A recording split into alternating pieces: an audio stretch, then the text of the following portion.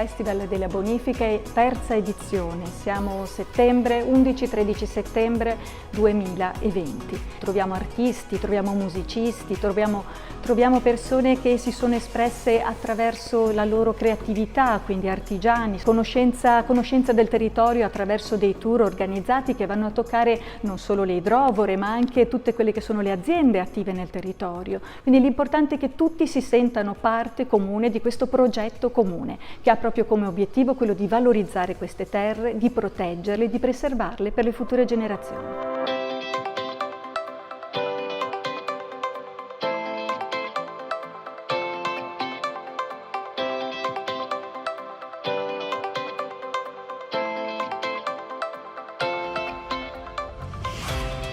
In questa occasione abbiamo potuto ospitare al Festival il Comitato Scientifico di Terre Evolute 2022, un comitato composto da 21 docenti di diverse università italiane che si sono raccolti, incontrati qui a San Donà di Piave per parlare dei grandi obiettivi dell'Agenda 2030 e in particolare di come questi obiettivi possono essere letti e declinati all'interno delle terre di bonifica. Che cosa possono fare i consorzi insieme con l'Accademia per risolvere le criticità che purtroppo continuano ad interessare i nostri territori, ma insieme sicuramente si può iniziare un processo che in tempi brevi, speriamo, quindi già entro il 2030, ma poi ovviamente sicuramente anche negli anni successivi, dovrà portare ad un rapporto migliore tra uomo e natura, uomo e ambiente, uomo e paesaggio, tutto ciò che ci circonda. Sono soddisfatto perché tutto quel che avevo in mente, che avevo in testa, oggi veramente l'ho visto concretizzarsi nei discorsi che ho sentito. Ecco, io spero che si possa arrivare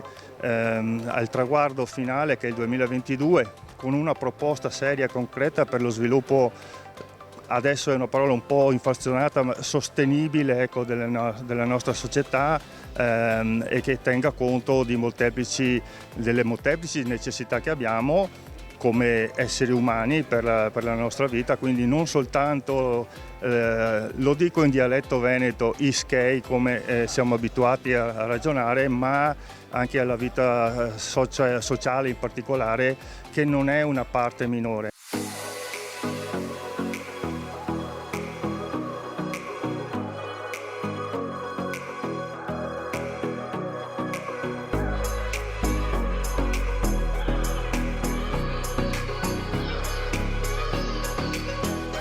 Tempo dove i cambiamenti climatici stanno facendo vedere con tutta l'arroganza quello che è il loro impatto negativo sui territori, sulle popolazioni e sulle economie. In un tempo dove è necessario parlare di sostenibilità per incrementare la reputazione da un lato, ma per sostenere e per difendere le risorse naturali, crediamo che il 2022, l'anno dove sono 100 anni che qui a San Donà di Piave fu scritta una nuova pagina non solo per le bonifiche del nostro paese, ma crediamo che sia la storia del nostro paese in senso lato. Crediamo che nel 2022 debba essere scritta e condivisa una nuova strategia per quanto riguarda la difesa del dissesto geologico e la tutela delle risorse. Come ANBI, come Consorzio di Bonifica, ci proponiamo a fare questo insieme a un comitato scientifico che abbraccia tutto il paese, tante competenze, ma soprattutto che non sia un documento autoreferenziale, ma un documento che guarda al futuro e che sia un'opportunità per le nuove generazioni. L'università ormai ha compreso che insieme alle due missioni fondamentali, che sono la formazione di alto livello, la didattica e la ricerca fondamentale, la ricerca di base, serve anche dare supporto alla crescita del territorio. E il modo migliore per dare questo supporto è creare una contaminazione tra le nostre competenze, le nostre tecnologie, quelle che sviluppiamo nei laboratori della ricerca di tutti i giorni, e quello che serve alle imprese del territorio. Tra queste imprese, ricordiamolo, i consorzi di bonifica ne fanno parte a tutti gli effetti, anzi hanno un ruolo importantissimo. Soggetti che partono dal basso, soggetti partecipati, soggetti sussidiari, fortemente sussidiari come i consorzi di bonifica, hanno questo elemento di grande pregio: leggere il territorio, leggerne le esigenze e immediatamente tradurle in aspetti operativi concreti e riportarli nelle comunità.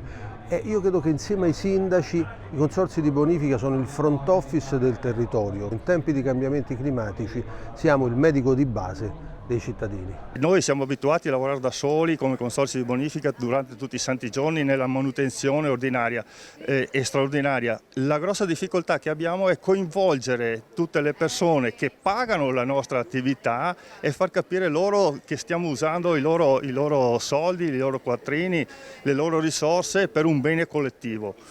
Dovremmo prendere coscienza anche che lo sviluppo futuro passa attraverso il coinvolgimento generale di tutti.